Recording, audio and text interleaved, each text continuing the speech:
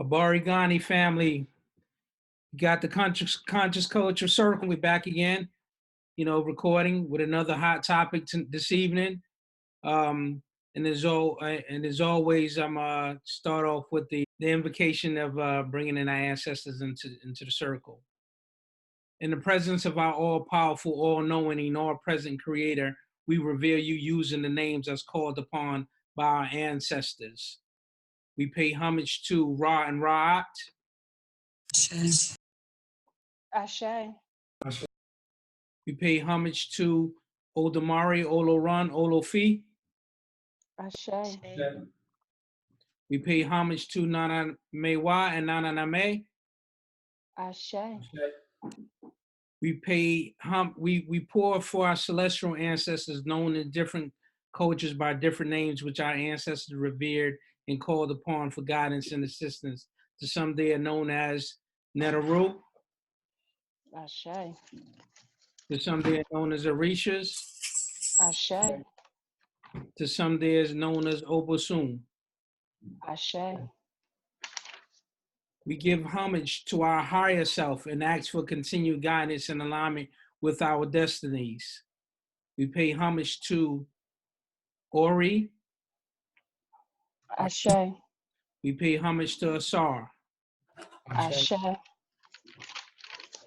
We give homage to our ancestors, those who we knew, those whose names that we know, and those whose names that we have forgotten, but who are linked to by blood.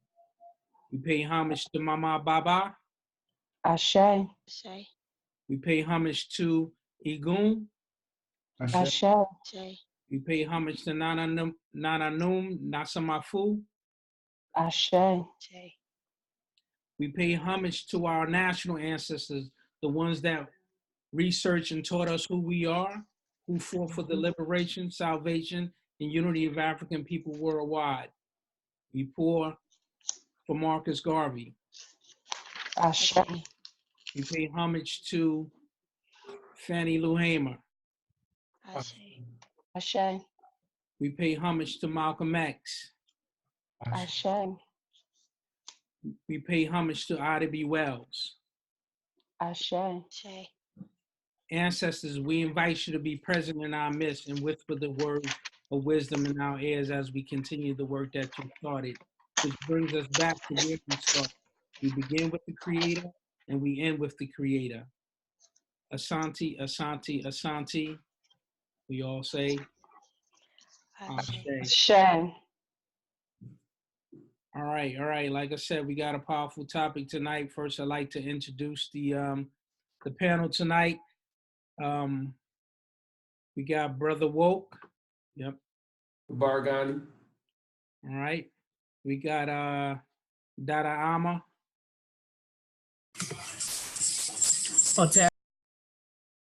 We got Dada Sugar Plum Goddess. Bargani family. And we got Dada Ottawa. Kapiti 48, everyone. All right. So tonight's topic, another fire topic. Title of tonight's topic, which was this was Dada Adwa brought this to the table also, and the topic tonight is "We've been tried that." Shake my damn head. With popular solutions offered by Black leaders that have not materialized.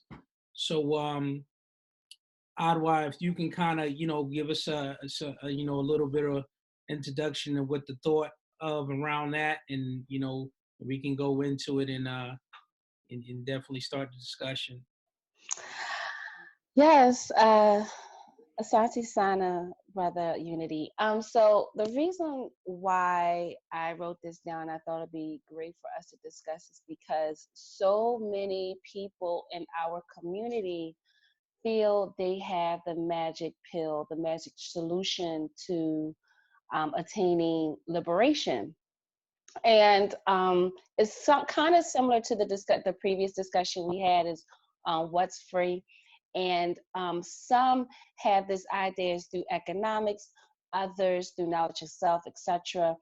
and nothing has been materializing thus far. So you have Brother Umar Johnson, and his thing is more so knowledge itself, right? So his thing is about producing a school to educate our people, but there are a lot of holes in that. We have also our brother Boyce Watkins, and his is geared towards economic freedom, and there's much to be said about that. He has a school um, to help educate, but unfortunately his reputation of being gossipy and other things doesn't hasn't really materialized as in a mass um,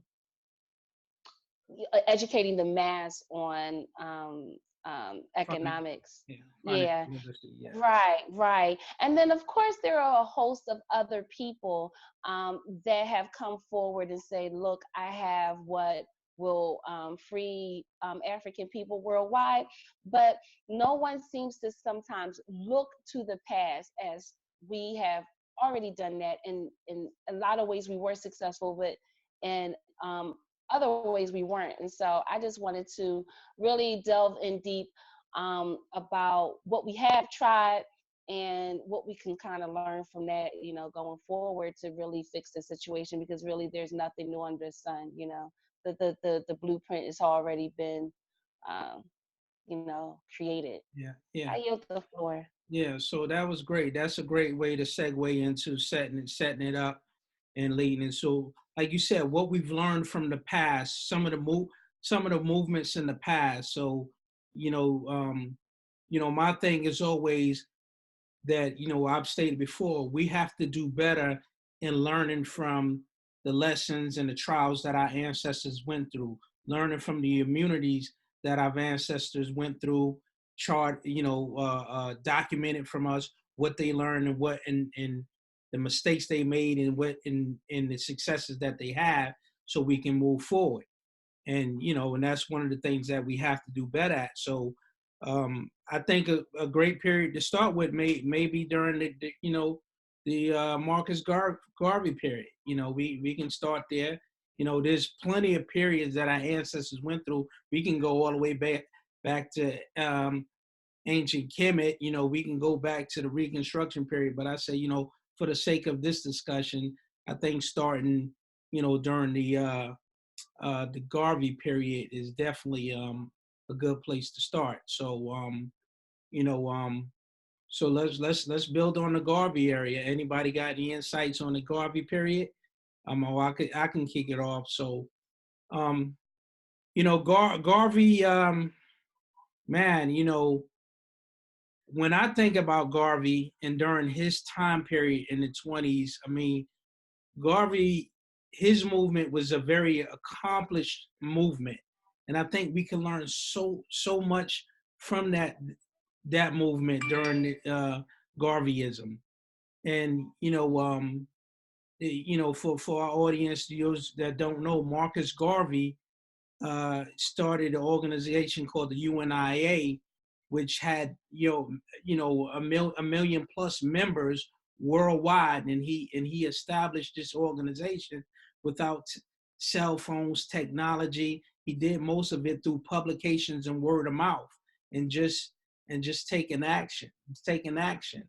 Um, Garvey also he had a black economics plan that was in place. He started the Black Star Line. Where the organization in black people during that period brought three ships.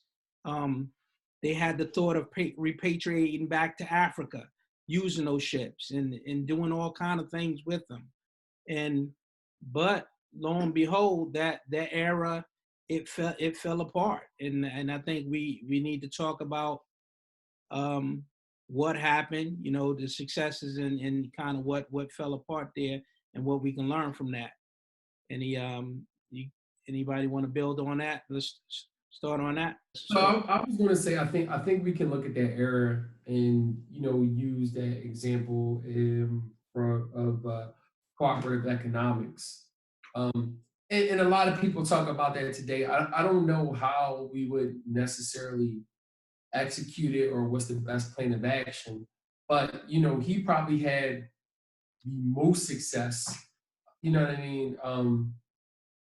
Implementing a plan of that nature, where like the people board. If I remember correctly, and anybody correct me if I'm wrong. Stocks. They were buying He stocks in created his his own company, stock right? exchange. Yeah, Right, right, but he right. created his own. I'm sorry to cut you off. You're right. Yeah, He believed in really uh, uh, disinvesting in the system and creating our own. Um, and so he created his own, so to speak, like stock exchange. So you could do the import exporting with, with the Reds, with the Black Star. You created own money, and many of us, because I think I think they accrued within the stock exchange, and then with the Red Star, it was well over $1 million. And Mm. you have to think about that time frame to do something like that. Now, someone will argue and say, well, excuse me, that it was easier to do it then because we were segregated, we were outcasts, we were shunned from the main society.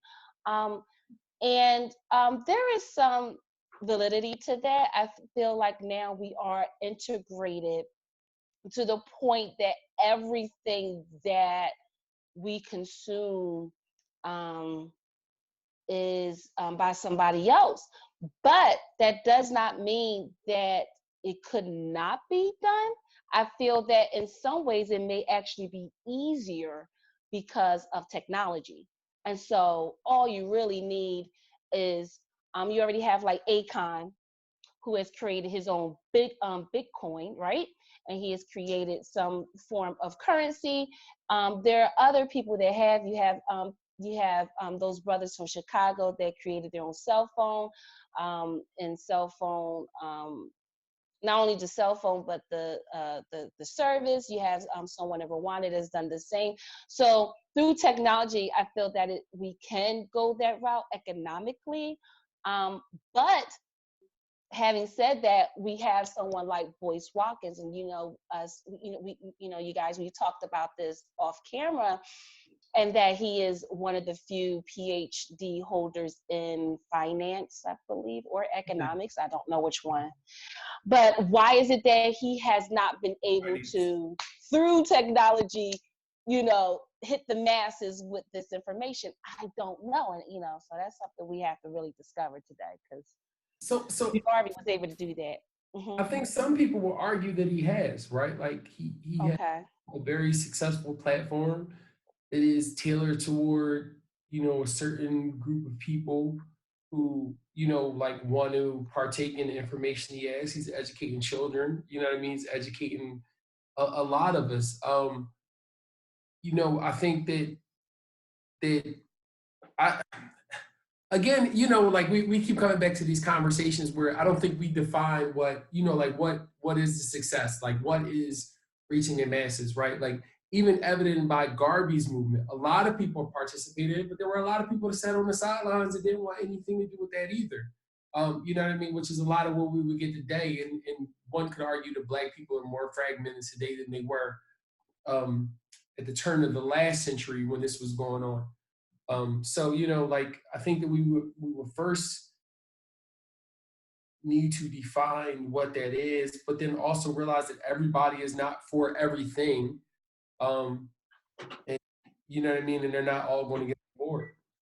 Yeah, and so what I would chime in on that too. One thing what you can learn from Garvey is he unified Black people. He unified the ones that wanted to be there and the ones that was serious and the one that was going to move. Because again, we go back to my point, and yeah, everybody doesn't have to go in any liberation move. We can look through history. The masses are not there. It's only that few, that 20% that did the work and made change for everyone. So that's where you could look at that Garvey movement. He unified Black people, and he also did it across he did it across religious lines. You know, he did it across religion lines. You had the Nation of Islam during that time that was coming up. You know, Elijah Muhammad, he was there. He was just starting. But can we really say that? Can we really say that he crossed religious lines back in those times? I don't think, Brother Unity, that would be fair. I don't think that would be fair because majority of people in the default, the majority of people in this country were Christian, Well, right? Christian, but then you got the different factions of Christians. You know, you had the different factions of Christians there. So, I mean, Black people? yeah, black people.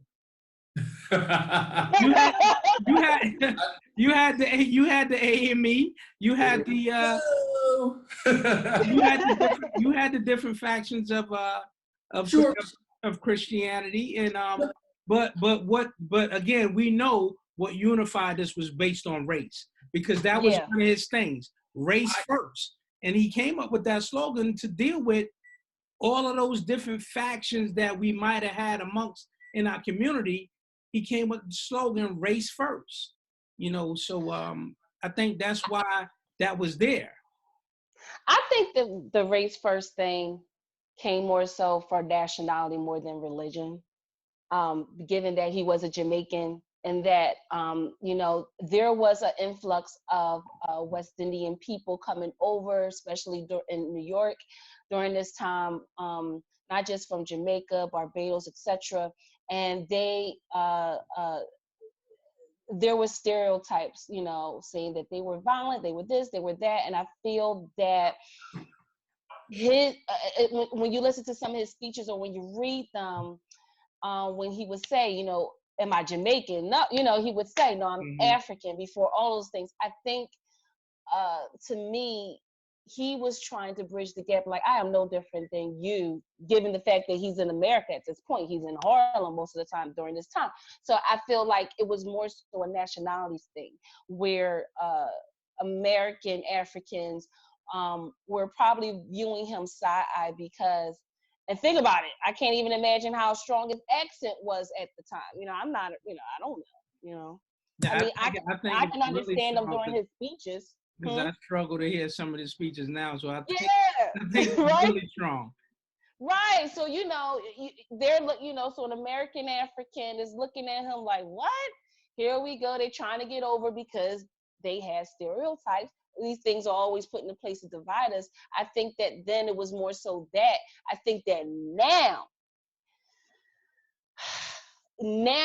I feel that it may be harder to unify on that purpose alone because we dealing with people that don't consider themselves Black anymore, or that Black is somehow different from African. And as you mentioned, religion plays a huge part because some people religion states that they're somehow different from African, mainly Hebrews and such. So I don't know. I feel like he meant it in that way. I don't know how Yeah, and he would do that could be now. so. You know, I'm sure that's so. Yeah. I could see that it's more on that line than it was maybe on the religious line. Yeah. But at the end of the day, he was still plagued with as to why he didn't go further. It was us. I mean, I think that as we had this discussion, we'll see the common thread that we get in our own way. And that's the unfortunate part. And even like when we look at Boyce Watkins and Woke is right that that some people would say that yes, he is a success. I have listened to him, and I believe I may be still subscribed to his channel, but no, actually I'm not. And the reason why is because I would get alerts more on common celebrity situations, and I didn't really prefer that. I'm like, okay, everything that was in the shade room, not everything, but he would discuss on his panel as well, and I wasn't really a fan of that. And then we had to talk about the cost of going to his school. Some people may feel like it's not beneficial because we're all dealing with everyday expenses and stuff like that. So I don't know if it was still translating the same way as far as what Marcus Garvey was offering at the time, you know. So you would put what Boyce Watkins is doing almost in the same pocket as what Garvey did economically. That's kind of what Well, no. no. No, I wouldn't. I wouldn't So say I was that. going to say though, but I think their aims are very different, right? Like, so Garvey was trying to give the people something to own, right? Like, so we all have Yeah. this company, right? So you own a piece of this company. Whereas I feel like Boyce Watkins is trying to educate people on how the money system in America works and how that they can start their own. Right. They had two different. Right. To Um, exist within the system, because right. with, like I said, with Garvey, he was more in divesting in the system, whereas and that's what I was saying about integration, which that what makes it more complexing. But I only, and by no means will I ever disrespect our ancestors by comparing him to Boyce Watkins, but I don't know of anyone. Okay, what's the other one with a C? Oh, I just forgot his name. Oh, come on, guys. You know who I'm talking about. Who's that? Claude Anderson, Yes, Claude Anderson. Dr. Claude Um, Anderson. Yeah. yeah. Now he talks about economics as well. You know, they were more so, even with Claude Anderson, to an extent, more so existing within the system and not seeing that we could be profitable by doing it on our own, which which Garvey has done. You know, so I don't want to say that Bush is on par, but when we think about economics and we think about the liberation or the improvement rather, because even that is a stretch for some so-called Black leaders, but the improvement of the African situation, Boyce Watkins' name comes up as far as economics. I don't know, and Claude Anderson's name as well, but I don't know any other prominent person. So That's something we have to look into. yeah, yeah, definitely, no doubt. So what happened during the Garvey movement? What made it just fall apart? I mean, so what can we learn now that with the success that he had, but it was all taken apart? You know, what can we learn from that era and that we can use today? You know, so from my aspect, I see there was a leadership piece there too. Garvey, from what I've read and understand, Garvey Mm-hmm. was where he was very driven to Black liberation, to the point he had blinders on. You know, he didn't want to hear any excuses. He didn't have a whole lot of tolerance for not getting able to. So it was like, get it accomplished by any means necessary. And so sometimes that leadership style rolled over into him, you know, and so people that wasn't committed creating those adversaries because he was so demanding on having Black liberation right now. But if he wasn't, then would he be a leader? I don't. There's no perfect Mm-hmm. gumbo. There's no perfect gumbo for the type of leader that our people are seeking. I think that we come up with these things so that we don't have to take ownership or any accountability whatsoever. Yeah, okay, even if he was very demanding, I don't care if he was a tyrant. If you as an African person are committed to the liberation of our people and you believe in his strategy, I don't care if he's browbeating you every day, then either you for it or you against it. I feel that one of the reasons why it wasn't successful because of that. You have some of our people that are uh, have one foot on the curb and one foot in the street, and they are still beholden to the white supremacy or white fragility system. You know what I mean? So of Mm-hmm. course, his thing, he went down for fraud and all this other stuff, and a lot of his people didn't stick behind him. A lot of our people did not do that.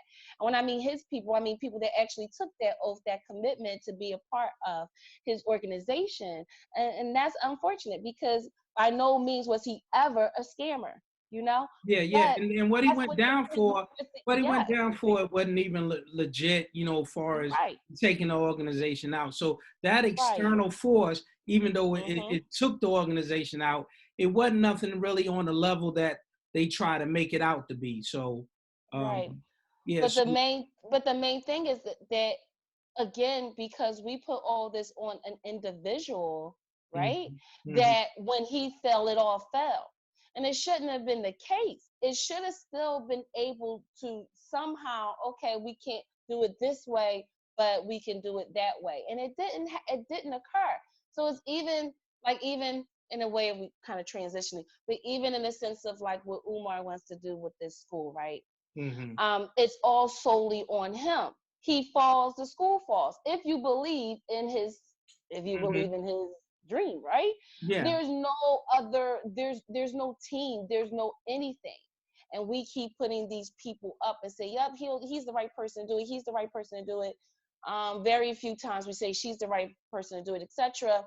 Um, and that gets us nowhere. Luckily, going back to Garvey, he did have wives that were for the cause and they were leaders in their own right and has helped propel him.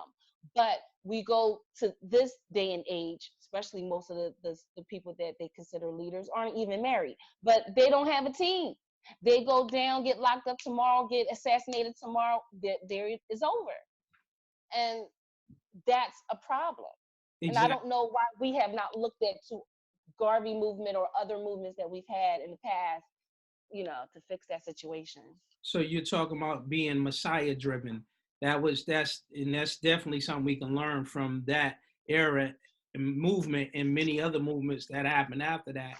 That so many of our movements were Messiah driven. Yeah, Messiah driven on that leader. When a leader fell, it fell apart. So what we can learn agreed. from that is any movement going forward needs to be mission driven, regardless whoever the leader is. Well, matter of fact, there shouldn't even really be a so-called Messiah. It should be more mission driven. So whoever falls, whoever they take out, the mission still goes on. So Totally agree. yeah, So, I mean, which one do you think So, that was so similar to that? Go ahead. I'm sorry. Go ahead, I Will. was going to say I agree with that. But history has told us that's not what our people do. mhm, Yeah, like unfortunately, right? Like we like getting behind, you know what I mean, somebody and attaching our name to the cause. And, you know what I mean, Brother Umar got the vision, or Brother Boyce, or Masa or Garvey, or whoever, and we get behind a person. And I agree. I think it should be, a team. It should be a focus. It should be decentralized. You know what I mean? So that way it can keep going. Like no matter what the circumstances are. But we like. I mean, we like a nice, like leader. Like that's a yeah, lot of do. yeah, yeah, In some ways, it has helped. It has helped. Because it brings awareness and people think these other people are charismatic. But today, I find like to transition to another point. Today, I find that people are more about celebrity. Like Yeah, it's I don't. horrible. mm, I mean, and anyone who sees this, I'm not like it's not directed towards anyone, but I guess if you feel this way, then I'm talking about you. But you know what I mean? Like the people want to be a celebrity, like they want to be seen. It's not really about this thing, right? It's about getting on and let's talk about the latest thing. This is what I do, but we're gonna comment on all these other things. Oh, you gotta follow me because this is the only way to do it. Um, and you know what I mean? And I think that in this age of social media, people get, what they get Twitter views, and if you're trending and the gram and YouTube and Facebook, the people just want to be known. You know what I mean? Not Yeah. necessarily for these things the way you think they are anyway. Yeah, because I think that, I mean, we kind of talked about the previous discussion, And we'll talk in but another discussion, the charlatans, but that's not for this. yeah, true. I was going to say right, because I think it's going to Right, kind I'm of sorry. blend in. But I feel that a component to being um, a leader um, is some form of selflessness, and I feel that with the addition of social media, that's almost unheard of because of what you said of the addiction to being a celebrity. Even when people donate or they do something, some kind act, they put it on social media. It isn't done for the and I remember we talked about before. It was like, well, no, does the movement have to be poor or this and that? No, no, no, not necessarily. But we do have to understand. No, what I mean by that is that um, no, it shouldn't be. You should be taken care of, but that what you're doing isn't your motive is to the people, is for the people. Mm-hmm. And so I think that misses that. Going back, the other part about decentralized, I think the closest thing that came to that would be the Black Panthers, because it was so many other people excuse me, so many other people that shared the spotlight, and there were so many chapters that were well ran. And so I feel that they were the closest thing that I can think of Being that, decentralized. yeah, decentralized. And it still showed, it still was a reflection of and a great build on Garvey principles, because okay, they didn't do the money, right? They did not print their own money or exchange, but what they did was they fed themselves, right? Mm-hmm. They taught themselves. You know what I mean? It was still akin to that of taking us out the equation. Well, you're not paying attention and care about our needs anyway, so why should I even pretend to be a part of yours? And so you still had that. And unfortunately, even with that situation, they were cherry picked and knocked off. But in the beginning, we did see more than one face. It wasn't just Yeah. uh uh I just drew a blank. I want to say Bobby Seale. It wasn't Yeah. just Bobby Seale It was. or Fred Hampton or right. They went It through was several leaders. just What was? several, and at the same time, this wasn't like, oh, he was knocked down. Next one, there were, and even there were women that had a voice as well. So yeah, I think that's the closest thing I can think Yeah. of, and I don't think it's anything been close to that since. Yeah. Yeah. So, um, Alma, or the Sugar Plum Goddess. I know y'all may not be real familiar with the Garvey area that we was just discussing, but is there anything that you think you guys can ask that our audience may ask that y'all may not be familiar with, that we kind of, because we just going on. So, feel free to stop us, chime in there, and ask the question, or that may need to be asked by our audience that may not know about the Garvey era in the Garvey movement. I I don't know per se if I necessarily have a question or more so a complaint, Okay. because personally I feel like if even now if there was a setup or something like this that came along, I would want to support it. I would want to, see what I could do to better or help our situation out or help our community out. It's more so of a complaint for me because I see it as it seems like it was better in the past, and it was better in the past because we were segregated. Um yeah, you have people that infiltrate and break things down. That seems to be the case, that we always have those people that um just disrupt and destroy what we try to do, and this is from within. We have our community has had um tons of, for lack of a better word, Trojan horses. They come in, and it's like they sit there and they are a part of it with us because they're us. But then too, they end up unraveling, everything that we've done. So to my thing is, I think it would have worked out better in the past, and I think it was a better movement in the past, despite what was going on, in comparison to now. Now it's far worse. You can't. It's so much division. You got politics. You got religion. You got personal, just personal things that well, I'm cool with with them. I got, I have friends, um, of that light persuasion, of that white persuasion. I'm cool. My boy would never do that to me. Okay. You know what I'm saying?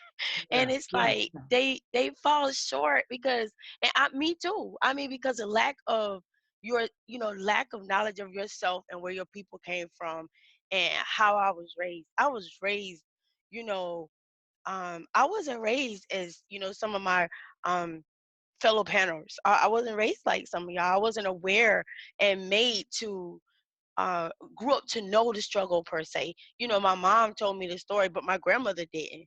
So my grandmother should have more so had, a issue than my mom did, right? But I didn't get that. I didn't get the civil rights talk. I didn't get the struggle per se talk, like, really put in me. I got the, okay, do this, go do that, become a part of it, and be that overachiever. But the whole time I'm being pushed to that system. I'm not really taught to go get mhm, and bring back.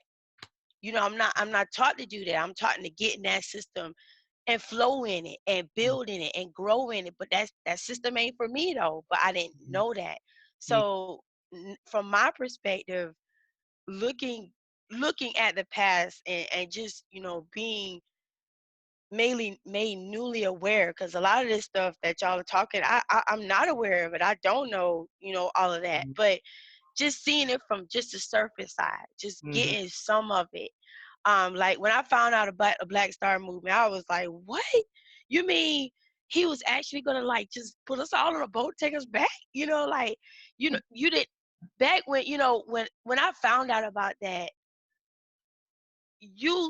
I was in the mindset, or I was given the mindset that black people didn't have that kind of power. They mhm, didn't have that kind of momentum. They didn't have that kind of support, even though, we were segregated. I was more so made to think that it was bad that we were segregated because we had less or we didn't have as much. But as I grew up and as I became more aware, I learned, what do you mean we had less? We got less now. We owned stuff back then. We were self-sustained back then. These jokers right now are coming up with little, self-sustained cities, and we had this back in the 50s and 60s, and now they do it. Like they mhm, trying to, do it in they little communities and stuff. We got a dentist office, a grocery store, a school. We got everything you need. You don't need to leave without, within the 10 miles of your house, you got everything you need. We had that down the street. Next door to you was the lady that babysit all the kids when all the moms and dads went to work. Then next to her you had the dentist. Then next to her you had the doggone um you know family practice. You had the doctor that was for everybody's family physician. Across the yeah, street you had the lawyer. Across next to him was the mechanic. Next to him was the doggone preacher, or however you want to do it. You had everything that you needed in your community, and go up the block and you got the local grocery store, gas station, bus stop, everything we needed. Now what we got now? We don't have anything. So it's my thing is, I don't even know if I have questions, just more so just nah, issues. that was great. That was great because like uh Sugar Plum Goddess, you're not, you know how many people in our community that don't know anything about Garvey? I mean, there's a whole mass of our community that don't even know about Garvey or the Garvey movement. They might have heard his name. They may know that the organization, the UNI, created the red, black, and green flag, as our flag, or they may, there's so many people of us that don't know about that. But that's great that that was your perspective and how you see it. So I definitely, and just wanted to segue because we could talk about that Garvey period on and on.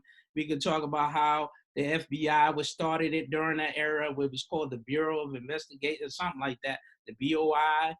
We can go on and on about that. But there's other movements that that definitely, and Adwad mentioned the Black Panthers movement, but we can also talk about the civil rights movement is definitely an era we're going to talk about because we are Sugar Plum Goddess, you just talked about coming at in that mindset of overachieving into the system, and that system that we were told to overachieve in was the result of the Civil Rights Movement and the Civil Rights Act, which integrated us.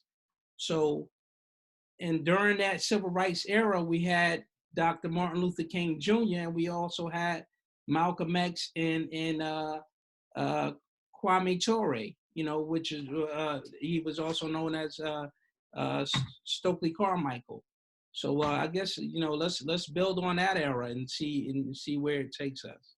Um, um, the civil rights movement. And we kind of talked a little bit about it in the last What's Free call. It led. What can we learn from that what we did during that time? What can we learn, and what did we do right? So I do want to like. Mm-hmm. So when I was in college, and I went to school for journalism and PR. So when I was in college, we had to do like this thing, and everyone got in, we had to do like this questionnaire type of thing, and we got all up in arms because during this time it was this huge issue with. I don't know if you guys remember. What's the first dating site? Not Cupid. eHarmony.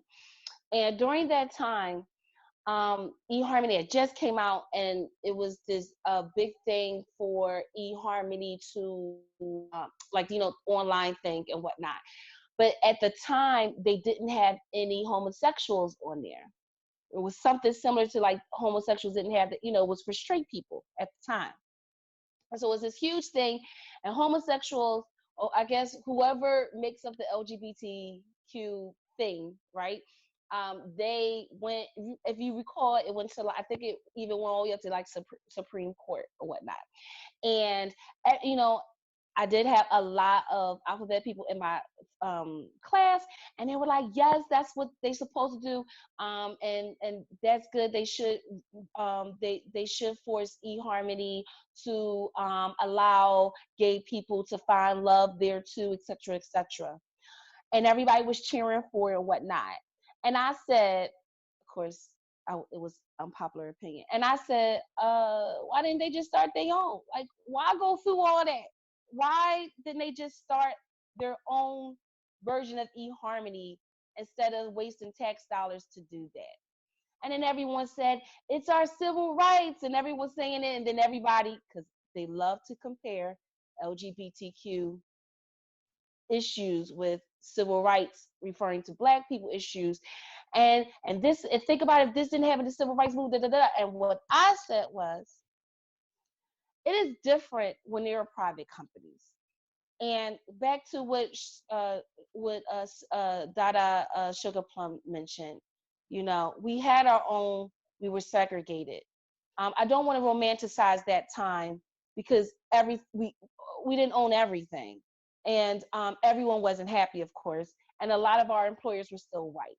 But I think the only thing that I could agree with as far as the civil rights movement at the time is when we're paying our taxes aren't supporting us. Okay?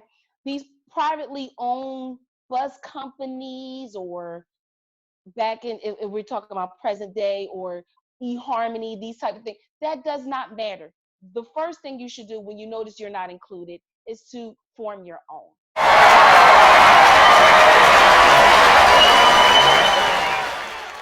I'm not fighting to sit at someone's counter. I'm not fighting to sit on someone's bus. I'm not fighting to buy anybody's products. Those things don't matter. I think that was an epic fail. And I think that most of our intelligent elders would agree that it was an epic fail. But regarding putting, and it's not like it has happened, but I can see fighting for,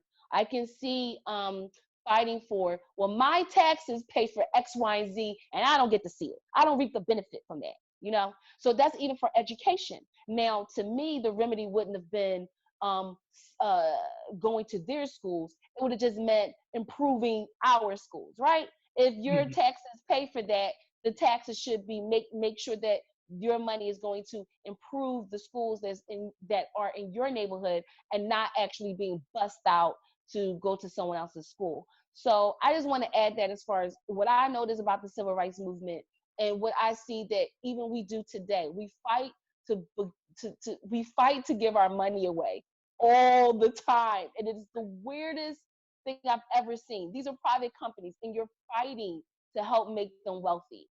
So I Mhm. yield the floor. Yeah. So go ahead, Sugar Plum. You had something? Oh yeah, I'm sorry. Yeah, I agree. I Hey, that's my hold on. Hey, hit the like button, hit the thumbs up, hit subscribe. Yo, hope you enjoying the content. Sugar Plum, let's go. yeah, I agree with Ottawa. I prefer us. I look at that time like she says, not to romanticize it, but even though I wasn't in that, I feel from where I'm at right now, I would have much rather been back there doing my own thing with my own people, and I don't need to deal with you, and I don't need to have what you have or be a part of that. Um, but that was an issue. Dealing with, you know, we had to go and pay taxes just like everybody else, and ours money didn't benefit us. It benefited them. So that was a problem. Matter of fact, I was just talking to an elder about this just Friday. Um, this very topic right here, and I was telling her that we should have never integrated. And she told me that that was the same thing that her mother said. She said, "You sound like my mother. You bringing back memories." I said, "We shouldn't have." I say we should have never, what would we fight? We fighting to be, with them. And she said her mother felt the same way. But she said, her thing was, well, we can fight to be, I want to be separate but equal. So her thing was, if we go in a store, we go somewhere that we have to be around them. I don't need to go through the back door. I don't need to go through the front door. I mean, I don't need to go through the back door. I can go through the front door with you, and I'm going to be greeted or whatever else just like you.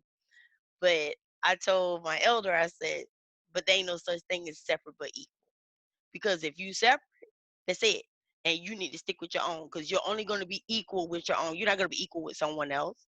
You're not going to be equal within that system. You're only going to be equal within yours. So it still was her walking through that door, going in the whatever establishment they were in.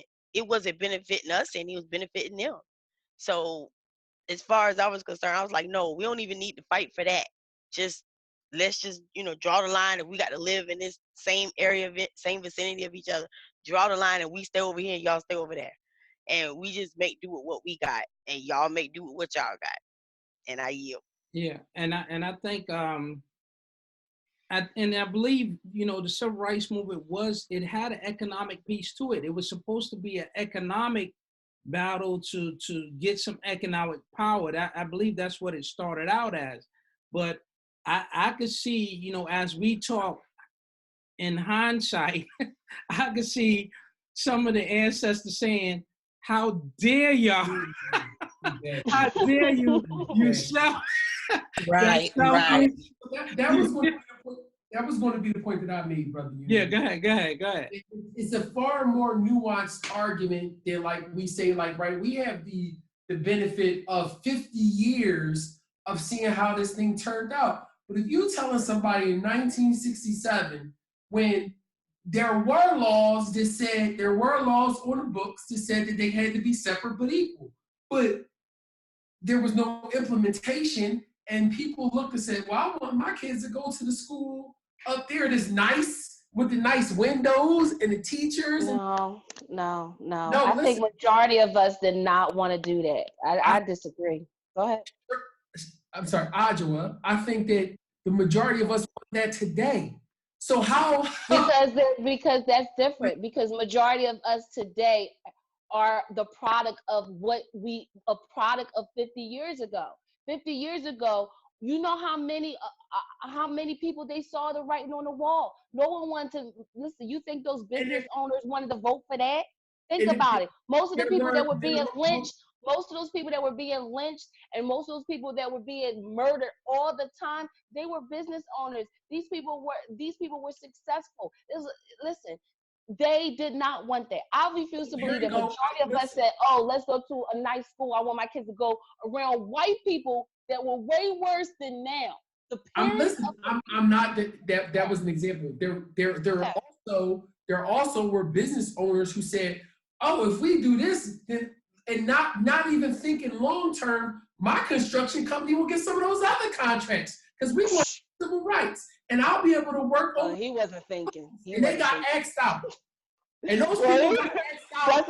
Now, come on. The same way these people in Philadelphia, and you know, because we hear the same stories all the time about minority contractors and everything, very right. As though in a city that is, I think, 47% black, 40 that's dwindling. Yep. 6% other. Black contractors can't get contracts with the same the same as like white. They can't even join the union, the popular union with the Italians. Yeah. You sit here and think that all of our folks was like, "No, we want to be separate and equal." Y'all fooling yourselves. No, what I mean by that is no, because what I mean by that is I feel that you're saying, "Oh, we get more contracting." At least with I'm saying that some contractors people is on larger, but at least I'm saying as a business owner, at least your money is consistent because your people have to buy from you. Your money is consistent. You're telling me that they didn't think, "Whoa, they had once my people had the option of going across town, I'm going to lose money." You didn't think they thought about that? Yes, I think that some people did. And I also think there were some other folks that thought that they was going to get some other business that they weren't getting and not realizing the implications. For a second, not realizing the implications of what they were fighting for. But for us, Brother Unity said, for us to sit here and say the whole time, like, I am on your side. I agree with what you said on the effects. But if you think that some of our ancestors ain't sitting here like, how y'all Negroes gonna say that? You're crazy. I think that some have, but what I'm saying is, listen, what I'm saying is, when it comes to the economic part, I understand, right? So when it comes to the taxes and those type of things, I understand. I don't understand, and I still won't understand the bus situation. I don't understand how they thought at that time. I don't care. I don't understand at that time how you thought it was okay to fight to give your money to people that overtly show that they didn't like you. It makes no sense. And we even talked about how we had how Malcolm X even brought that point up. But what I look like going through all that just so I can give you my money so I can get back on the bus and still be treated like crap.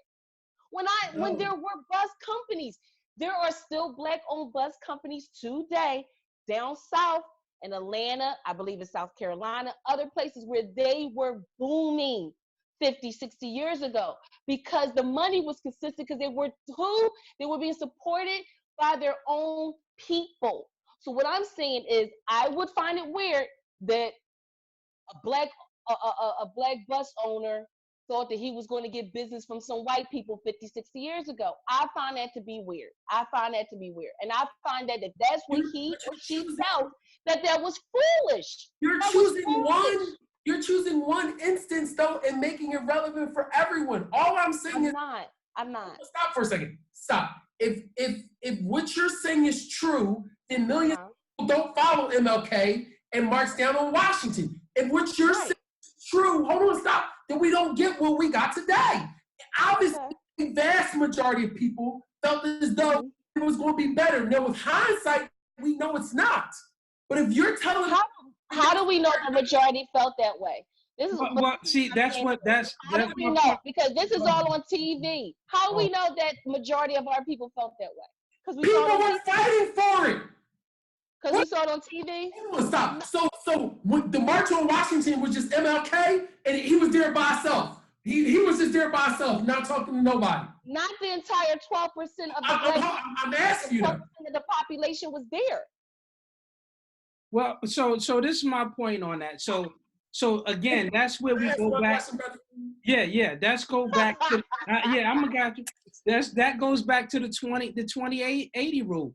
20% might have they spoke for everybody else that didn't get involved. And that's how I feel. That's how I feel. We know during the civil rights movement, most of it was young college kids and women. Yeah. It was a lot of college kids and a lot of white people. It wasn't, but yeah, they marched on Washington for that period of time. But I think the people thought they were marching for economic power. I don't think they was marching. I don't know. I don't agree with that. That's a great. And listen, everything Lewis. Well, no. What's the Lewis? What's the one that just passed away? I'm sorry. Let me just make this one point and I'll stop. The one that just passed away, the one that just transitioned. Lewis, whatever. Elijah Cummings. Elijah Cummings. Lewis, whatever. Because he was really okay. I wasn't a fan of him. God said Elijah Cummings. Okay, that's him.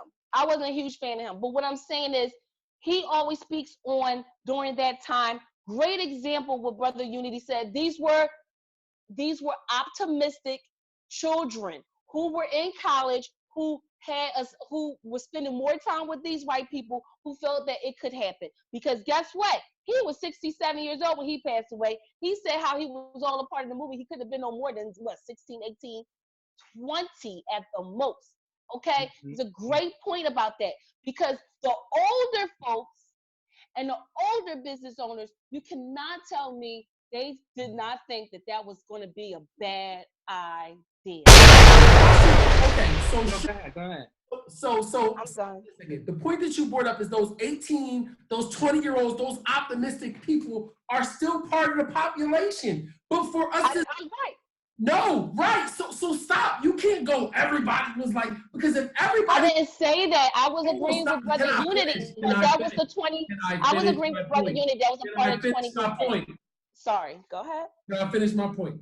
Yes. Go ahead. If that was the case, then these people would not have been there. The point that I'm making is that we always like to think with like these nostalgic eyes, or you get the benefit of 50 years after seeing what had happened and going detrimental to the Black community. They should have never signed on. But what about people that hold on? The day that was signed, they started doing if all these people were about what you're saying, then their kids would have still went to the Black person and shopped down there. They would have still went to the same convenience store they was going to. They would have still went to the same plumber. They would have still went to the same doctor. A lot of them did. A lot of them didn't because those wasn't enough. Business. It wasn't enough. Right. It wasn't enough. Stop. Listen to what you're saying. You're saying a lot of them did, but then you're saying, oh, it wasn't enough. What are we? No. I believe. Listen. Some of the things that listen to what I'm saying. I'm not saying. Listen. I think that when you break it down, like I was saying, I was agreeing with Brother Unity. I think that many of the older population did stick to that. They stuck with their plumber. Listen, when I was growing up, we had even way after my grandmother passed away, we used the same plumber and we used the same what's the guy? And you know, I have to tell you about that. What's the kill bugs? What do you call it again? Yeah, pest control. The exterminator. Yeah, the exterminator. He had exterminated our home since my grandparents moved there since the 60s. And my aunt and I was like, well, why did he's old and he used to bring his son, but why? And he's like, no, they were loyal to their their people. They were loyal. I think that a lot of the older people were that way. But the younger people, I do feel like they may have felt that they were missing out on stuff. This is my theory. And I'm not saying. And I agree with you. Listen to me. I am not arguing that point. The point that I'm making, though, is that right? Okay. Yes, a lot of us, enough where we couldn't support those businesses anymore. Some people thought it was going to be better. And we, again, like, right, I was not born during the civil rights movement, right? My dad might have been 10 years old when that thing, when you know what I mean, when the legislation or whatever, right? So I'm saying we sit here 50 years later and we know it was a detriment, right? We see the effects, but for us to sit here and act like everybody was like, no, we shouldn't do that. It's crazy because no, I wouldn't say that. Yeah, I agree. I agree. I wouldn't say that. So, Okay. I know you was trying to chime in on I'm sorry about that, Dada. I'm sorry. that married people fired. Yeah. Sorry about that. I'm sorry about that, Dada. No, I agree with what you're saying, Brother Walt, because I was going to say the same. You agree with me. Usually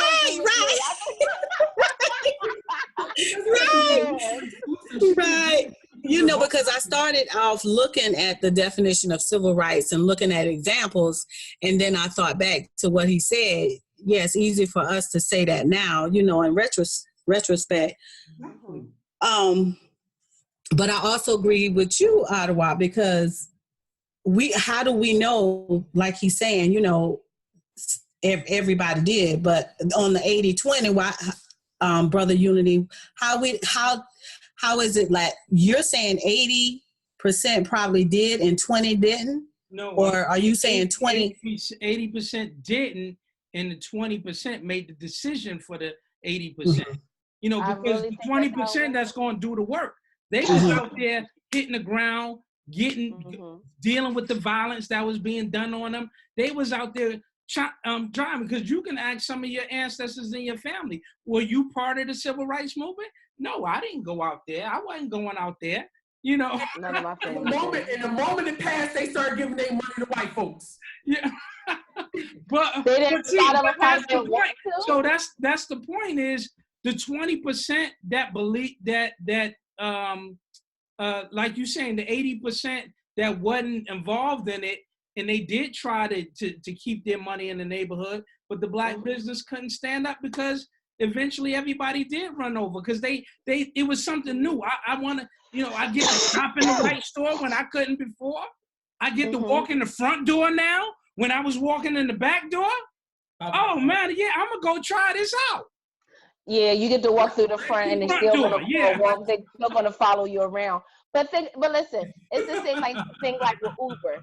No, listen, like with Uber, right? When Uber came to the scene, before Uber came to the scene, if you didn't want to use a cab here in Philly, I'm assuming it's similar to like gypsy cabs in New York. I don't know, but we had like hacks. Okay, these are cash.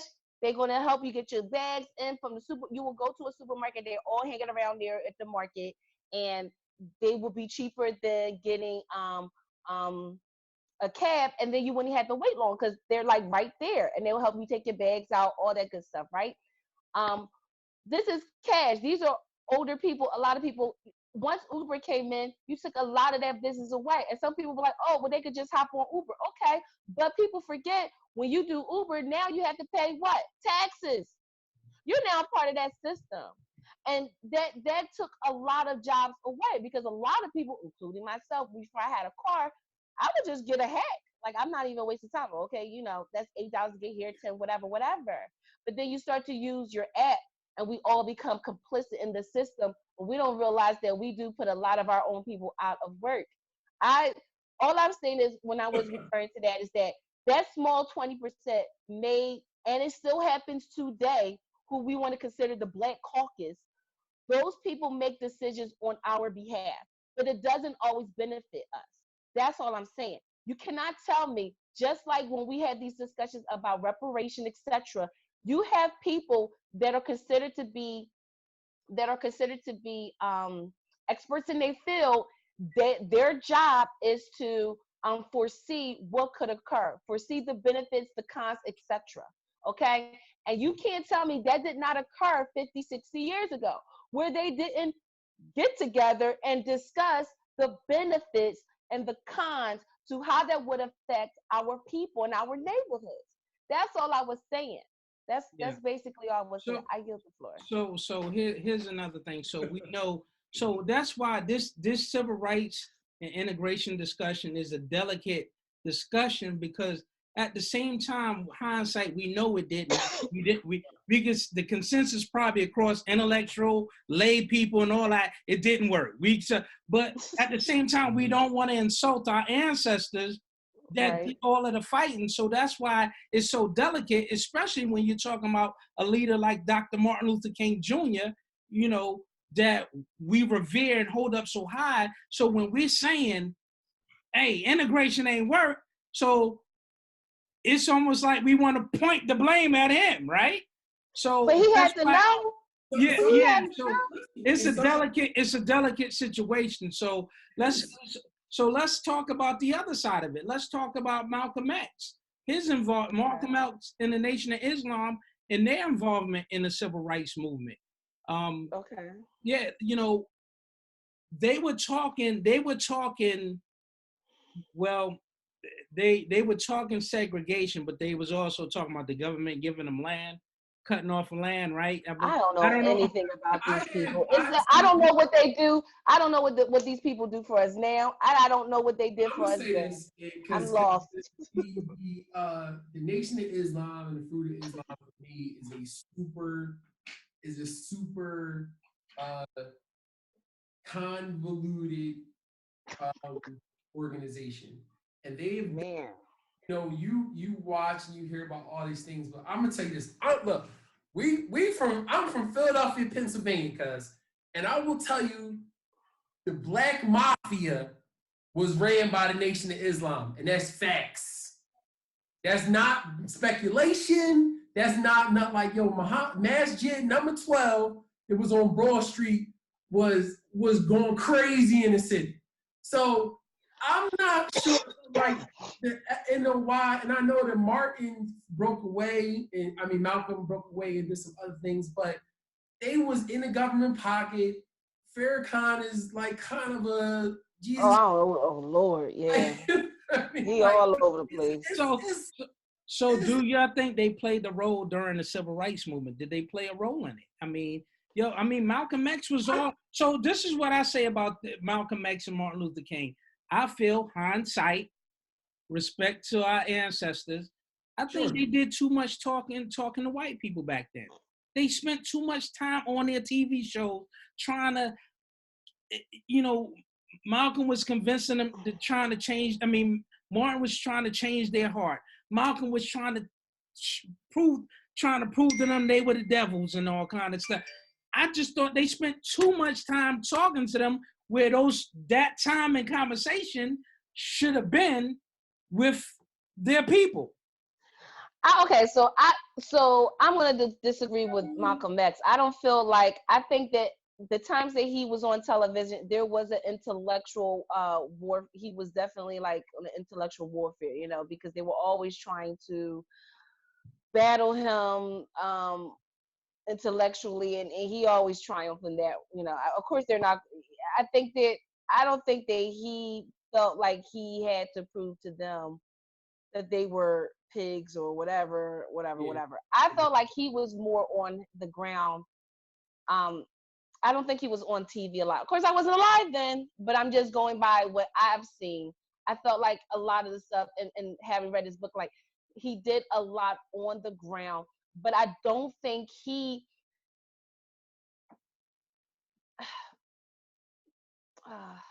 You Was he pushed more to be the leader? Was he kind of pushed in this situation? I felt like Martin, and on the other hand, was just in cahoots with them the entire time. That's just how I see it. I felt like from the get-go, funding everything, that they were always, because the civil rights movement. Oh man, I loosely was a black movement. They were always a part of it. White people were always there. Well, Kwame Ture felt like his state, he kind of talked about Martin Luther King just being kind of like the face, and yeah, Nick and the organization, they really did the grassroots organizing. They just used him as the mouthpiece to draw the people in that they wanted to organize to put in order to do the work. So, you know, I have a question for the people. I have a question for the people.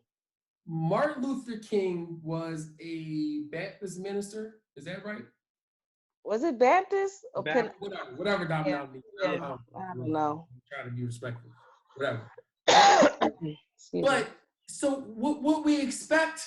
Will we expect someone coming from that particular lens to say anything or do anything different than what he did? And the only reason I'm asking is today, we see our brothers get gunned down in the streets, right? And we see priests and everybody or pastors or whatever get up and go, you got to forgive them because that's, you know what I mean? They'll be taken care of and blah, blah, blah from this religious viewpoint. So will we expect Martin to say anything different than he did? Well, there were people that were saying something different than he did, and they have a religious background. Okay, but we talked about Garvey being a Christian also. But we're also talking about 50 years prior. We're talking about 50 years prior. So we became more docile after that. I mean, this is my thing. I'm not saying I expect him to do anything.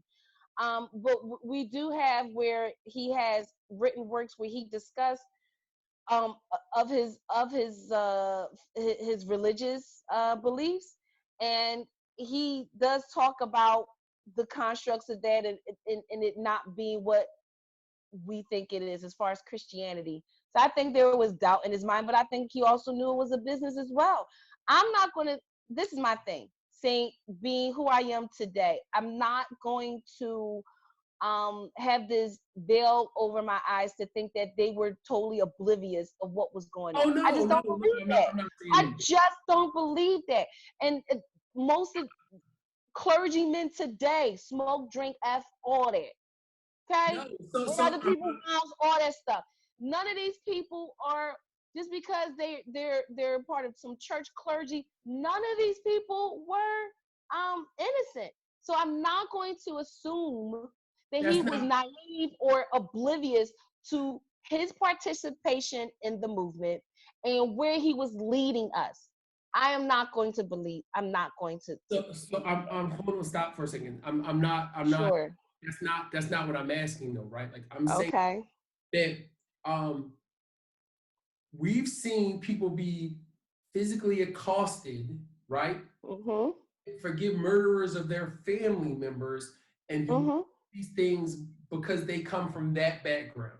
So I'm just asking is, would we have expected him to have a different message or viewpoint coming from that background? I'm not asking like complicity or what he. Well, I think at first maybe Brother Woke maybe at first, but he also changed after he saw. I mean, just like we know he said, "Yeah, I felt like I put people in a burning fire," and so then later on he was a little more aggressive, and he didn't trust them as much. So I've been hearing about these letters and these things for years now. Just point me in a direction because I would like to read them. Well, there's an interview with him and where I'm about to say it's actually part. There's an interview with Harry Belafonte, so you would have to take his word for it. I can't mess with Harry Belafonte. I need real black people. Well, how about this? That was one of the people that he was Harry Belafonte before, dog. Stop it. And then, that's who he was rolling with. Huh? You could tell from his attitude changed after the Civil Rights Act. I mean, I'm asking. Hold on, stop though, because I've been, and I'm not saying it's not true. Seriously, I just want to see the information, right?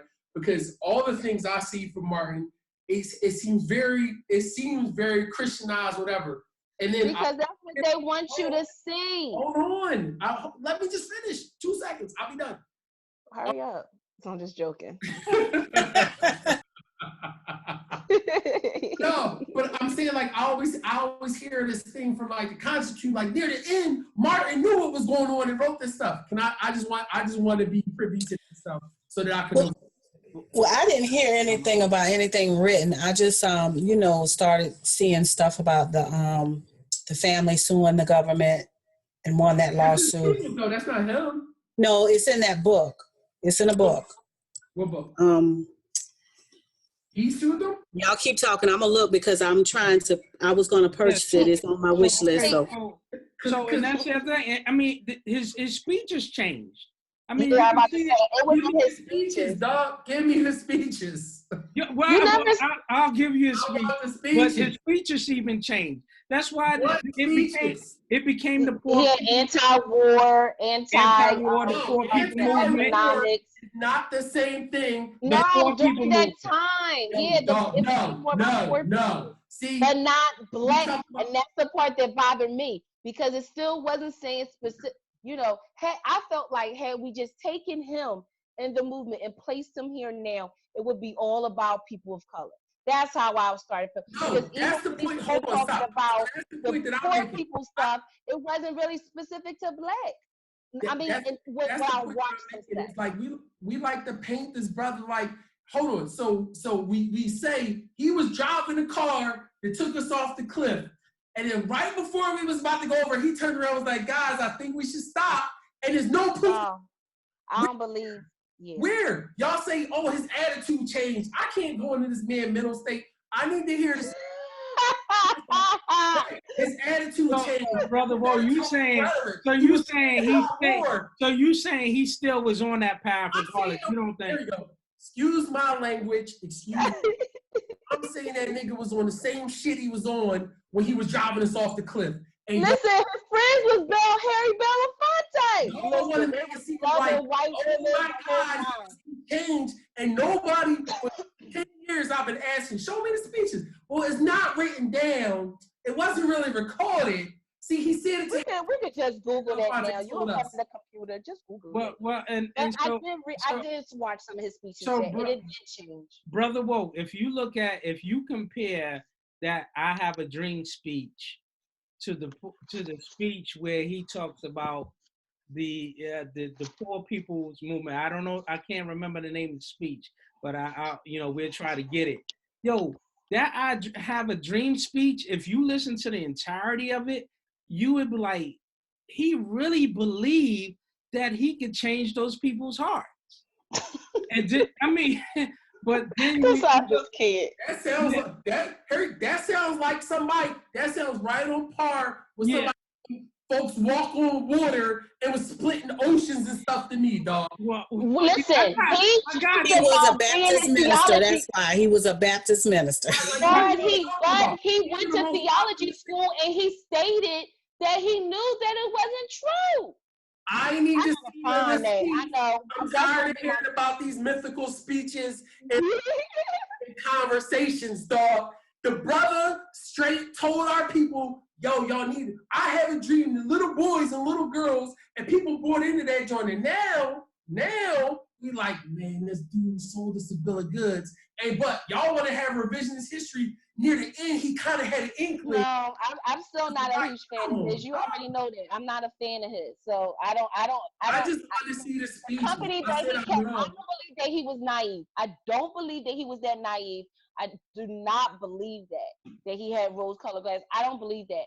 He was fully aware. Like I said, you see how we go over, like I said, the pros and cons of what certain movements will lead us. There's no way in hell they did not do that back then. There's no way. And I'm sure someone said foresee, like, you know what, Martin, this XYZ is going to happen, etc., and other key people that were a part of the movement. But there had to be some personal gain for a lot of these people to continue on this road. I find it weird that the way a lot of these civil rights, the survivors, how well they live. Okay, we can talk about that another time.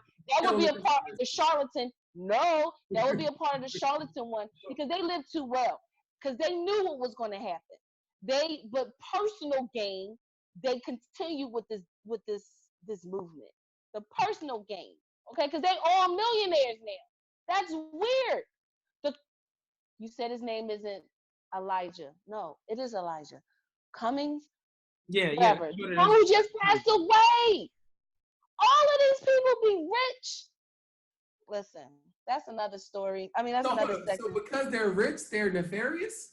No. No, So, Did you? that's not. If that's what you want to listen. If that's the line. so in other words, what correlation. you're saying, well, when you look at what happened to Martin and X and all that, when you look at when the COINTELPRO, that we know X was on the list, we know Kwame Ture was on the list, but when these people got taken out, you looked at who rised up after they got taken out. Who rose up? Right. And you have brothers that infiltrated movements for $200, $300 back then. You have brothers that infiltrated movements for less than that. So you telling me that you don't believe that that they didn't come to some type of agreement that they wouldn't do that they wouldn't lead their people? You have, like I said, when we in the very beginning of it, as we revisit these, these movements, we realize that it was us that got in our way, for good, and a lot of times it's for that gain. It's for the economic gain. That's just what it is, unfortunately. And then, So did you guys see the book in the yeah, the book is called the Active State? Active State, and there's two more behind the Active State. All right, I'm buying that book. I'm buying that book. Buy it. Yes, please. There's two more books. There's two more books behind the Active State. There better not be somebody else talking saying he changed his mind. I want to see some written proof because I'm sitting here. I think it's transcript. I change your heart because and everybody says this, and I've never seen no proof of it. Well, what about videos? Have you seen any videos where he talks different? I have. Yeah. I see videos where his hair is blowed out a little bit more. Yep. Celebrity, and he becomes like an anti-war person, but that's not to us. That's a treatment. I want to hear what you guys say. Okay. Where he was like, "Yo, well, y'all that's need what to, I do agree with you with, y'all, because I realize this is not the right way to do it." I want to hear that. Well, that part I do agree with you with, because, like I said, the one that I heard about the poor people speech, it wasn't specifically black people, and that's why I said if you were to take him and put him during this time, it was right. I agree. You can't use right. Yeah. Okay. So why do you think he was assassinated or executed or whatever? Why do you think? So I'm not going to go into no thing like what, like the brother was killed. It is a tragedy. He was killed, but I'm not. Wait a second. I'm not speculating on why he was killed because that's not of importance to our particular conversation right now. I'm saying. Okay. But you're saying he didn't change. Okay, so if he was dancing by their music and doing all this stuff, if he didn't change his thoughts or his, thought process, or he didn't turn, to me, something changed. He wasn't going to be, going to do what they wanted him to do anymore. He wasn't on the COINTELPRO list at first. Right. So I'm not doing this with y'all tonight. I'm not doing this. I mean, so the reality. Listen, hold up. Okay. Let's say this. Stop for a second. Let's say this. And Here we go. And Ajo and I talk about this all the time, dog. All the time. Sure. Why can't there was a white person who was racist? They wanted to kill this brother. We gotta make it into. No, that's not true. How long? Why? Somebody probably wanted to kill him as soon as he started opening his mouth. Yeah, but the doctor did. The doctor that actually killed him at the hospital. Yes, I agree. King died at the hospital, and the doctor did kill him. Yes. So that part is true. Whether the doctor right. The doctor admitted it himself. Okay, the doctor could have murdered him. He could have smothered him with a pillow. That's not. Yes, it is. That's not my point. My point is, but when we talk about black people getting in the black people way, it is suspected that his closest comrade was black. That's not the point I'm arguing. The point that I'm arguing is you guys are saying he was because he changed his views. I'm saying, show me the proof Show me Okay. the money. About the civil rights movement. Don't talk about me about how his rhetoric changed. Don't Okay. talk about how he was anti-war. Show me where he was like, black folks, y'all don't need to be on board with this. Because then I'm with y'all. Oh, I didn't say. Well, I didn't say Then that. I'm with I didn't y'all. say that's But why. if Well, y'all I not didn't say gonna that's sit why he here died. and feed me a bill of goods and tell me We'll that see. sudden he changed and he was murdered, he ain't never told those folks like, yo, Becky and the little black boy ain't gonna be raising hands together because the dream ain't gonna work. I ain't never hear that speech. I ain't never. Well, we can Well, research that as to. Yeah, well, Yeah, we will. But one thing, Okay. we can't. So that Pacific fight we can't talk on, but we do know he wasn't on a COINTELPRO. J. Edgar Hoover said it. You know, after they opened up, Why they assassinated him? I agree with you, brother Unity. Why was he assassinated then? he was assassinated because he finally started talking about economics. He wasn't on the list. Yeah. Say he wasn't on the list. Yeah, he wasn't on the list at first, but he got on the list. He got on the list. He wasn't originally on the list. He was not. He was not originally on the list. He came on the list after the Civil Rights Act because he started talking about economics. Oh, and not just that. What's that speech he did? No. And not just that. What's that speech?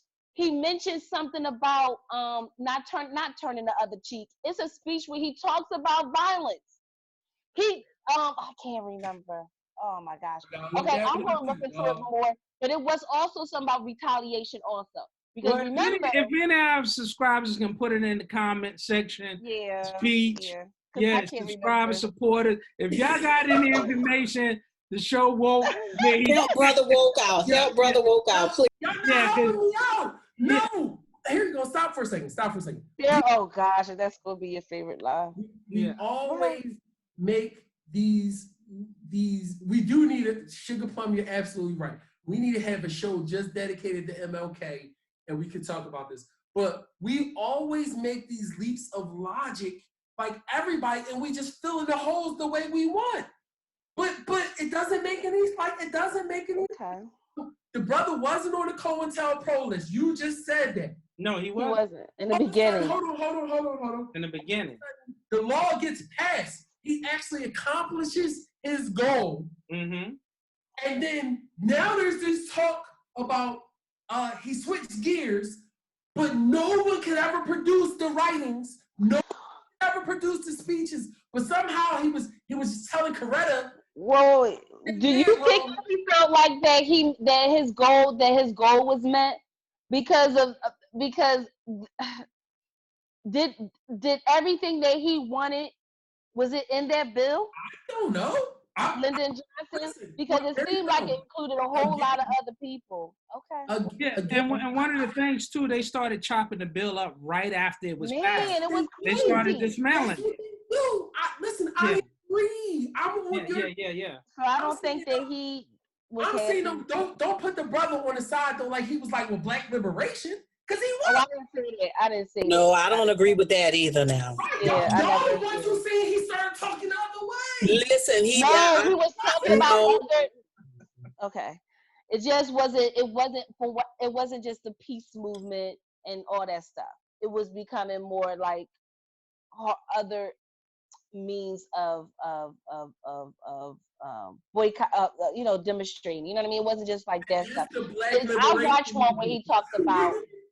I can't remember. I'm going to find it. Y'all can't have it both ways. I don't have it. Listen, he's not the one. He's not. I'm not a fan of his. He's not who I listen to. But I respect what he did. You can't say he started talking for like all the other people and say I didn't say that. The Black liberation movement. So either I didn't say that. He's John or he was with the Black liberation movement. Then he wasn't. He wasn't. Because I never. He wasn't a part of the liberation movement. Tell me the point where he pivoted from the peace movement. Well, so what was I won't say Black liberation. So Sugar Plum says what was his combo? So why did he start meeting with Malcolm X and Patrice Lumumba? And I don't give a damn. He met with Malcolm X before that doesn't matter. The bill was, but that was before the bill was passed when he had met him initially, though. That was before the bill was passed initially. So let me get this out. I want to get back to Malcolm X. So y'all feel like Malcolm X and the Nation of Islam wasn't part of the civil rights movement? or just Malcolm X after he left the nation? Because Malcolm X he started meeting with the African leaders, and he crafted the bill to go to the UN. He crafted the idea to go to the United Nations. So are we separating Malcolm X after he left the Nation of Islam, and then he was fighting for civil rights? That's what I was going to say when we were saying when you were saying him representing the Nation of Islam. I felt that in some ways he was kind of forced to be that, but I felt like he made more of an impact when he kind of went his own way. And when you were asking about the Nation of Islam impact on that moment, it's kind of difficult to say that they were more a part of civil rights or were they more part of Black Power movement. Which it is different. I felt like what I seen, this, I'm a spectator, right? So what I noticed that I saw that they were bringing more order. So they always displayed the order in our own community and kind of policing our own. And I think that was definitely a positive point, right? But I don't know if I will go far as to say that they were key points of, they were good on that part, but economically free? No. People, to me, they are akin to the church, and so many of our people still give to them, and I'm not quite sure what many of our people, especially non members, benefit from them. So I would agree with that. So that kind of makes sense what you just said about they were probably more of a Black Power movement than it was the civil rights movement, because they were apolitical. They didn't vote. They didn't get involved in politics. So they couldn't have been a part of the civil rights movement trying to get votes and talking to senators and stuff. So they couldn't have been part of that. So the Nation of Islam, like you said, they more was about order, because they basically gave Black people Black religion and gave them some kind of order and discipline and a pride about themselves. And then because of the corruption that went down within the nation, Malcolm Malcolm X broke off, and that's when I think he started engaging in Black liberation and Black liberation, when he started meeting with Kwame Nkrumah and the African leaders, and started fighting for the crimes of humanity against Black people in the United States. Right. So I can see that. Yeah, I think just from what I've seen, that became more of his mission when he separated. I think prior to that, that it wasn't really along those lines. But yeah, I always felt like it didn't. They were always in between, but I felt like they were more on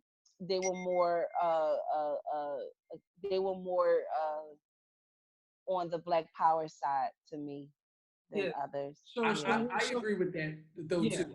I think that especially here they built their school to still. Is Sister Claire Muhammad? Which one? It's Sister Claire Muhammad one. Yeah. Sister Claire Muhammad was here. They had restaurants. They had their own, like they had a lot of infrastructure and things that they did here. Yeah, Sister Claire Muhammad is under them, but most of the, I don't know, all the restaurants, at least the ones that we eat in that, those are all ex. No, but I'm talking about back then. They're all I'm Sunni not Muslim. talking about during our time. Yeah, that's true. So if we look at the two back then and what we can learn from them, I think hindsight, like we said, integration we don't think it worked. All the scholars will probably feel like that. Most scholars probably would feel that way, hindsight. But then when you look at the Nation of Islam and their plan of Black Power, and some of their structures are still standing. They still here. So if you look at establishing schools, establishing businesses, restaurants, schools, their schools are still standing. Farms, having their own farms. So if we would have took on that plan of go create your own, just the plan. I mean, now one of the issues with the Nation of Islam, you had to be, I believe you had to be a part of the nation to be a part of the movement. So that's one of the mistakes that they made during that time. Because It's if a you, religious organization. It's yeah, not. Right. It's a. I mean, we can all religious argue. organization, but they still, their institutions are still standing. And that's one of the issues Not all we of them. might have right now. We don't have our own institution. I mean, you know, But that I wouldn't did be want to fair talk to about say, though, Brother Reconstruction. We got our Unity. HBCUs, but I'm talking about during the Civil Rights Movement. What institutions did we create after the, because of the Civil Rights Movement during that Well, era? I think that wouldn't be fair to say that all their institutions are still standing, because that's not true. Mm. They have, their membership has decreased a lot. The influx of Orthodox Islam.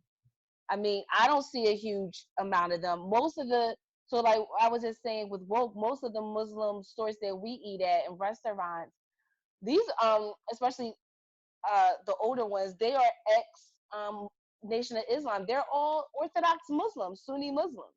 I think I've always noticed their presence more heavily in Chicago, which would make sense given that That's where the headquarters. that he's there, right? The headquarters and that what's the name is there.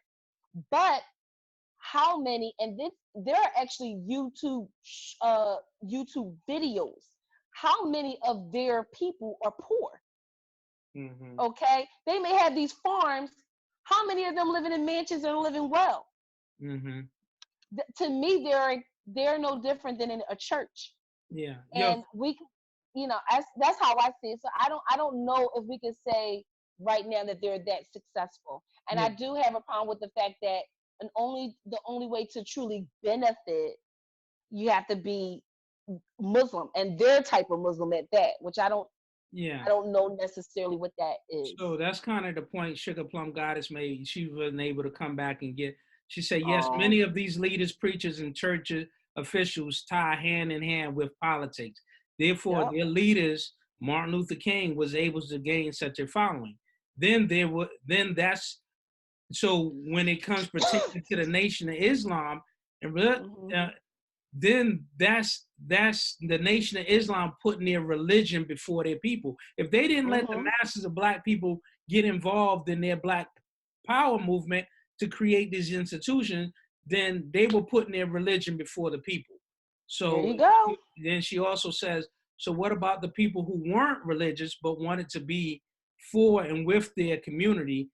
And so the Nation of Islam kind of created division. So, and that goes to say, we could go and talk on that too about the conscious community. We have to be careful not to do that, not to, because we're conscious and we talk about people that are asleep. And so, so we have, in all our efforts, we have to be careful not to isolate our own community, because we've come into this newfound knowledge, and we're getting knowledge of self and knowing thyself.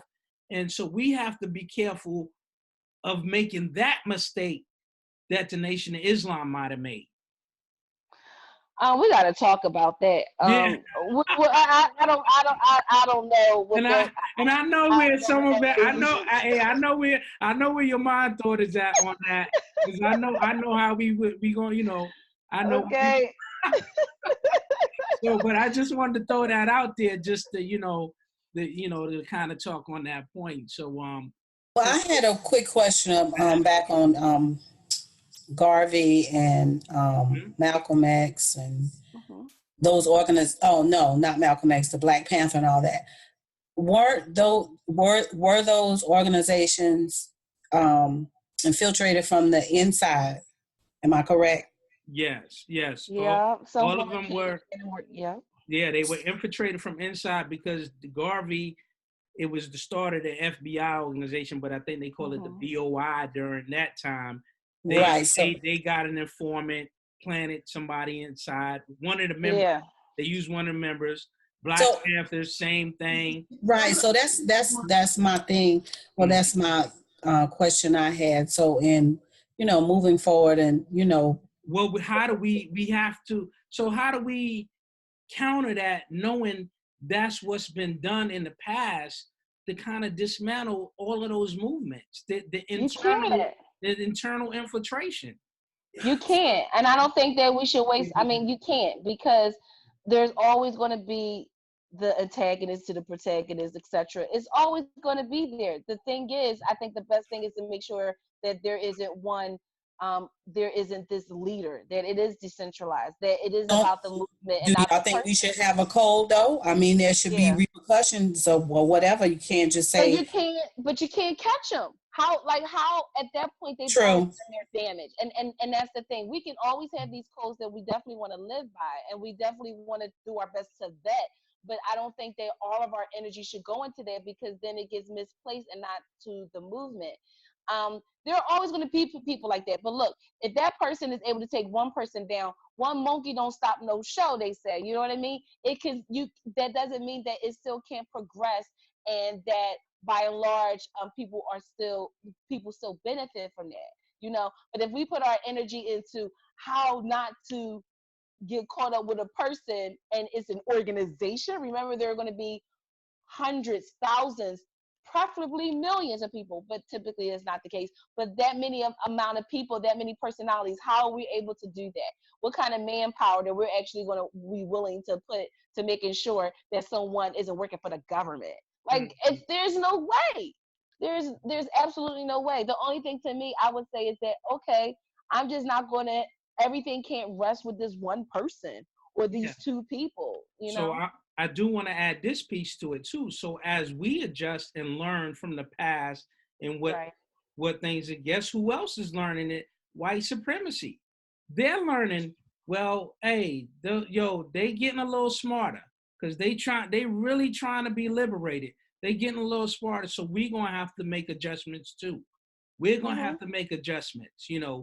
Um, one of the things I think that white supremacy accomplished when they came up with that illusion of inclusion, man, that was a powerful strategy that they put on us that we are lingering from today, right now, and that has really put a big dent into us unifying and ever getting close to unifying this stuff that we the vision and the faith that we have, that we can come together as a collective people. That illusion of inclusion, Operation Illusion of Inclusion, man, that's a masterpiece. And I'm saying this so our audience can understand how powerful that strategy is, and we have to get better of understanding that you are part of the struggle, because we all know we all affected by what's happening to us in in this country and across the world right now. Yeah. So they're going to make adjustments. They're going to turn up illusion of inclusion in some form or fashion, and we have to be ready for it. And those who fall for the illusion of inclusion, that's fine. You know, everybody can't come along, and sacrifices have to be made. But we just have to be able to be flexible and move with, and go roll with the punches. It's because we that can't stop us from moving forward. So As yes. So it's Sugar Plum horrible. says that's why I guess her point is doing so much talking to the white supremacists, and we're doing so much talking to the white people and talking about our strategies and how we need to unify, doing it in their forums and on their public broadcasting. We need to stop doing that. I do agree, but us saying that we need to is not actually putting out the details. I totally agree, but us calling for our people, I don't think that matters. I don't think that. Yeah, calling is great. Yeah, calling. Yeah. Unify. We got to get better. We got to do better. We got to do for self. But just like you can go on, but you can say right here in this discussion, you can say go to our website and X Y. Like, listen, if they want the information, they're gonna get the information. So that still cannot stop us from doing what we need to do. Right? Like, okay. Yeah. Yeah. They gonna find out. Listen, I promise you. Okay, because there's a brother that's probably on here listening now that's like, yes, black power, but his wife is white.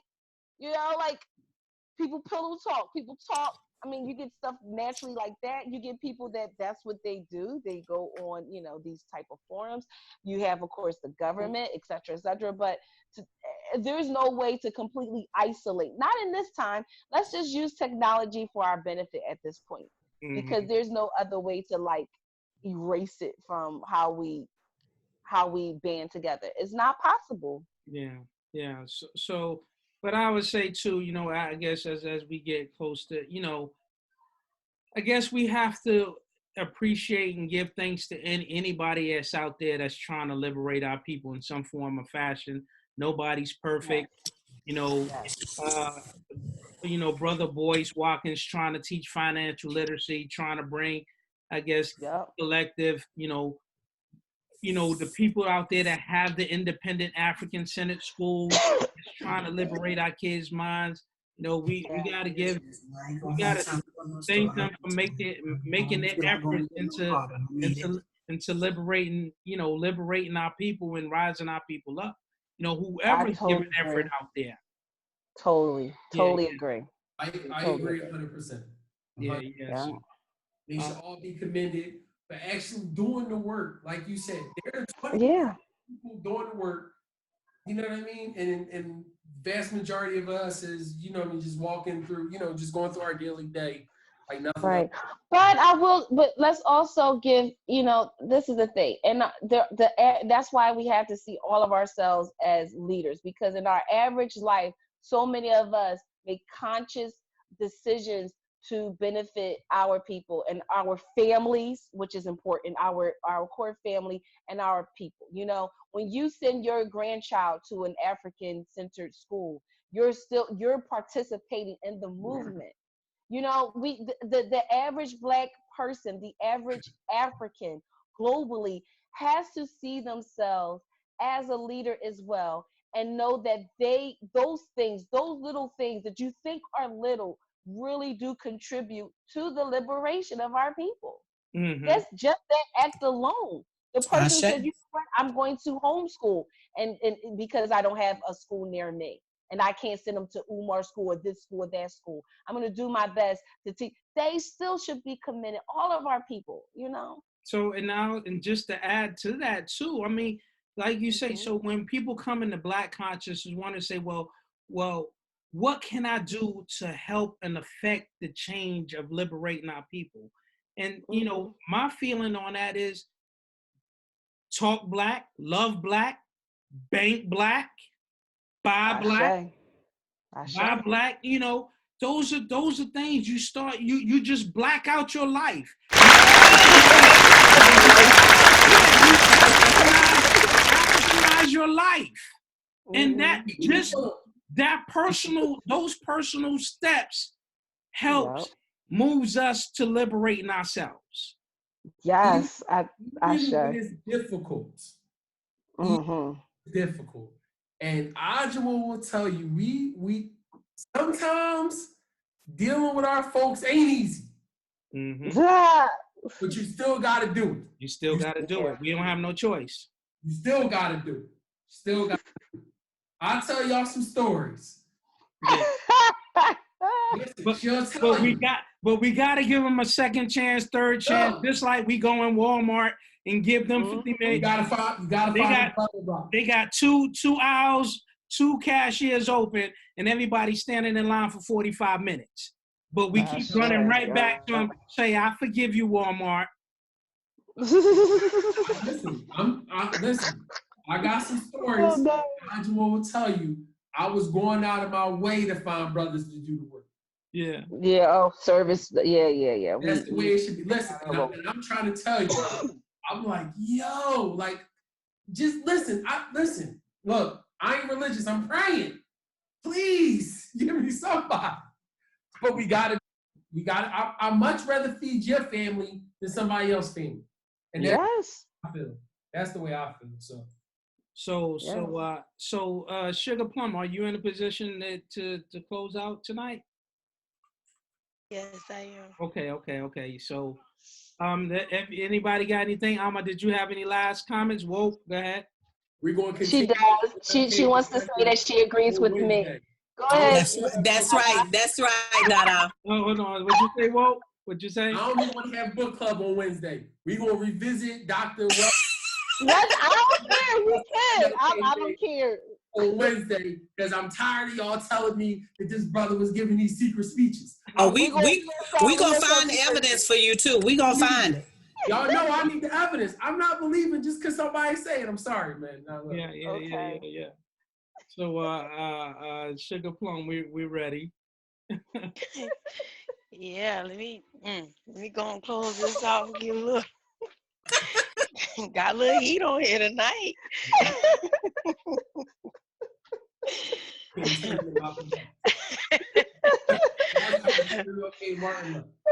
Oh Our ancestors' prayer. When you were born, the earth became your body, the stone became your bone, the sea became your blood, the sun became your eye, the moon became your mind, the wind became your breath. When you passed to the outer world, your breath became the wind, your mind became the moon, your eye became the sun, your blood became the sea, your bone became the stone, your body became the earth. When we were born, you did the same for us. You called forth the earth and the rocks. The sea arose and the sun descended. The moon shone down and the wind sang. For those who came after, we shall do as you did for us. When we are gone, we shall do as you did before. Ancestors, always and forever, we will honor you. Okay. Ashe. Shame. All right, hit the I like love that button, one. hit the like button, hit the subscribe button. Hope you enjoyed the content tonight. We definitely got some. Please comment. Yeah, we gonna honor you and argue over you and all that stuff we be doing. Yeah, we about to throw down over the ancestors I'm on the leaving the next group. few calls. Y'all too crazy for me. I want to believe in all this stuff. All right. What's that, Brother Walt? What's that? I feel outnumbered. I need to go find some other people. Yeah. Oh, some are coming. Some have listened to the call and have commented on. Yeah. They agree with you, so they're coming. Yeah. Oh yeah. God. All right. Nakapinda. Not On that confused. note, Bye, Harry.